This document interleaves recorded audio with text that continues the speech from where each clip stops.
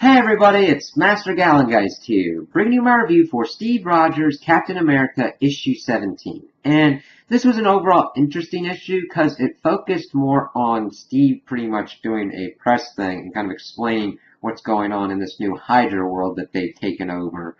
And we get that through the point of view of Sally Floyd, who's doing the interviewing of him.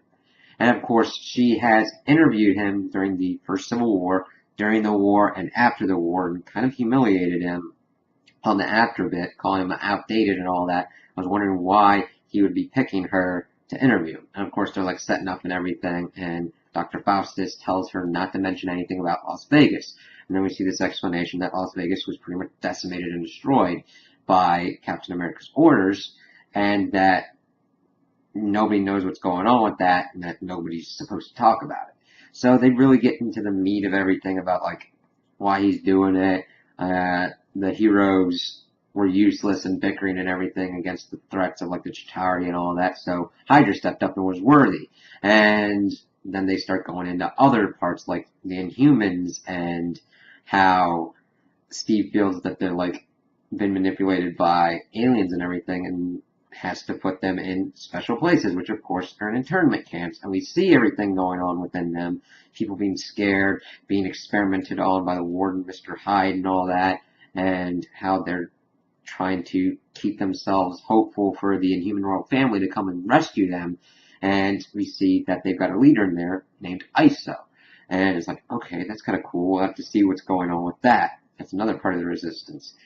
We also see stuff about evidently there's a new mutant state, and how they're talking about that, and Steve is like, they illegally occupied this land and all that, and we're going to have to deal with that at some point when we find out that the flip is going on, that he went to Magneto to set up this state, and gave them like the lands and all that, but said that we're going to treat it like you illegally took it, but we'll keep the war to a minimum and everything, and we're doing what you wanted. You get your mutant state, we stay away from you and all that. It's like, okay, what's his endgame with this? And he's like, I want you to stay out of it though. And we've got someone else in mind, Zorn, and it shows a picture of that mutant. It's like, okay, I don't know much about him, but we'll have to see how that factors into everything. And he gives him the Red Skull's head as kind of like a token to seal the deal. It's like, okay, geez. And seeing Steve just with his conviction with all these, like, he thinks he's doing what's right. And it's like, okay, this, and he's trying to put it under, like, freedom and liberty and, like, helping people and all that, because he's talking about, like, in one portion of the interview about, like, the reality and all that. And she's like, do you have any proof? And he's like, then just flips it all on everything of, like, the media and propaganda and all that kind of stuff. And it's like, okay, but you're doing the same kind of thing. You're flipping and changing everything to suit your needs. You're doing the same things that you're telling other people that they're bad for doing. It's like interesting to see him doing these tactics in this situation. I'm really intrigued to see how this will affect him coming out of this. So then we start going into it, and they're talking about like what's going on. He's like, I've helped everything and put workers to work. Everybody's safe. We've got the AmeriCops helping people. We got soldiers defending people. And we got people saying, Hail Hydra. And she's like, except the ones in Las Vegas. And of course they cut it.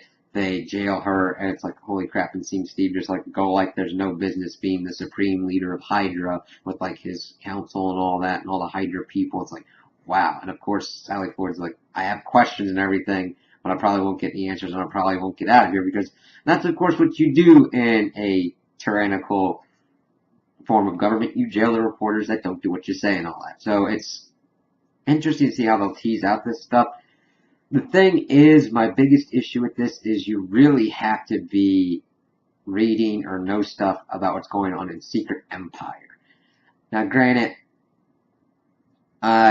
this is still easier to follow than most kind of tie-ins that I've been into, but I kind of, if there's an event going on, I'd rather have the meat of it be to the event, but still kind of keep a simple kind of thread going on in the main issue. Like, we got Secret Empire here, and then we got Steve Rogers, Captain America. I would rather have it be less heavily devoted on that you have to read the event issues to understand what's going on in this issue. Now, granted, I understand that Steve is the biggest part of Secret Empire, but still, I hate it when they do that with events. That's a big gripe that I have when they do events like this.